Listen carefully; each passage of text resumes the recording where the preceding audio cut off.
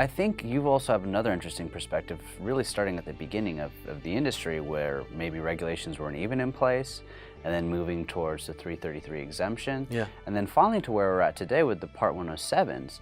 And so maybe what's kind of that evolution of the exemption process to the Part 107, what's that done to impact how you can use drones on campus? I will applaud the FAA, which I don't do often, so I'll do it now, that I think that they have made strides to advance our industry.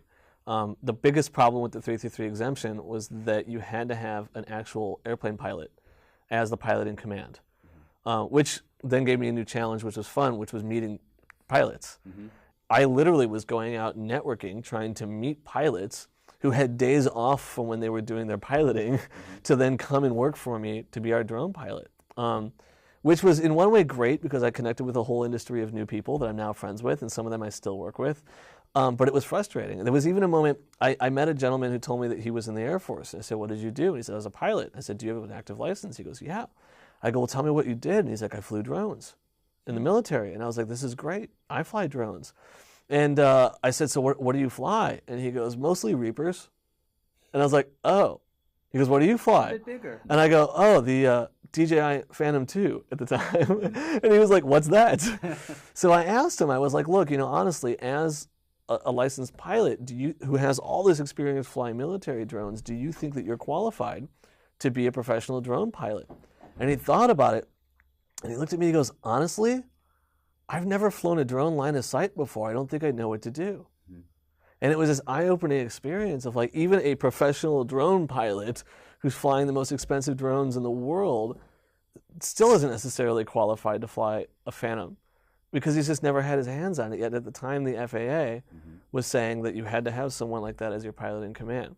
Since then, thank goodness, Part 107 is now the situation that we all are dealing with, which is a pilot's license per person. And anybody can get this pilot's license and then have the ability to fly commercially. In addition to that, they've made it so that our students are flying as hobbyists, which is wonderful because it means that they can fly on campus without having to have all of the regulations of a Part 107 pilot.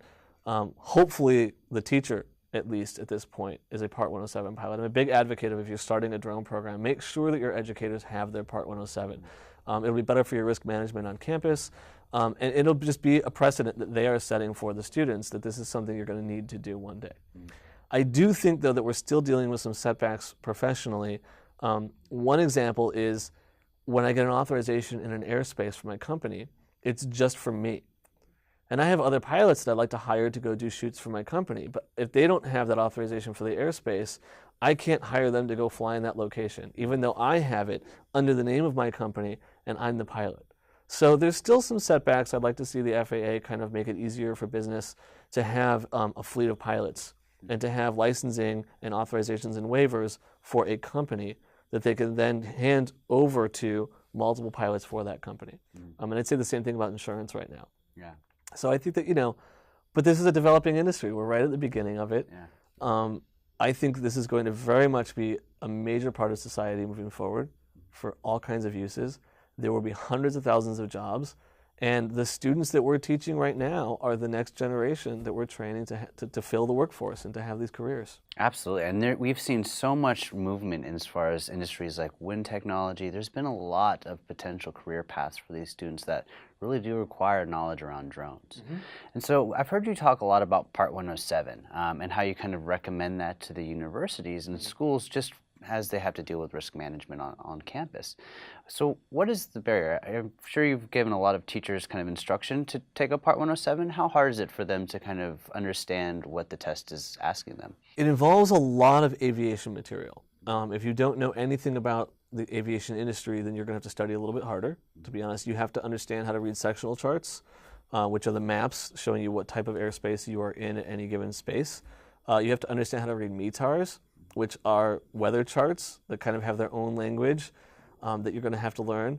I can't say you're ever going to really use a METAR when you're flying a drone. The weather channel doesn't work? The method that I use is I step outside and I look and I feel. And if the weather seems well, I will fly. And if it's raining, I won't. I mean, it's, I'm not checking a METAR for that necessarily. But I think that, when it comes to height restrictions, if you want to see how high the cloud shelf is, if you're flying a 1,000-foot building and you want to go 400 feet above it, it's probably good to know, is the cloud shelf going to be, higher than 1,900 feet or not, okay? Then you also have to know all of the laws of Part 107. So it's a lot of information, it's a lot of content. There are great resources out there for learning. I highly recommend a website called remotepilot101.com. I know that there's a lot of pilots who have their Part 107 who went through that program. It's taught by a real flight instructor. It's a video tutorial. I learn much better with video than I do anything else. But there's a lot of resources out there. There's books that you can get to study for it now. There's a great app. There's a few of them, but there's a couple of great apps for $5. You could sit and just study all day long. But if you don't have an aviation background, you're going to need to learn a lot. You need to know everything that a private pilot needs to know to fly a plane other than how to fly an airplane. Mm-hmm. And in addition to that, you need to know all the laws of Part 107. Mm-hmm. So, you'll hear it's a really hard exam, you'll hear it's a really easy exam. I think it just depends on how much aviation background you already have coming into it. But right now, that's the barrier to be a commercial pilot. And I think that it's a good way to see who's really interested and really serious, more than it is an exam of how proficient you are as a drone pilot. And I think it's going to evolve in the future. But honestly, the Part 107 is the situation for now. I think that what the Part 107 is going to look like in the future is going to change drastically.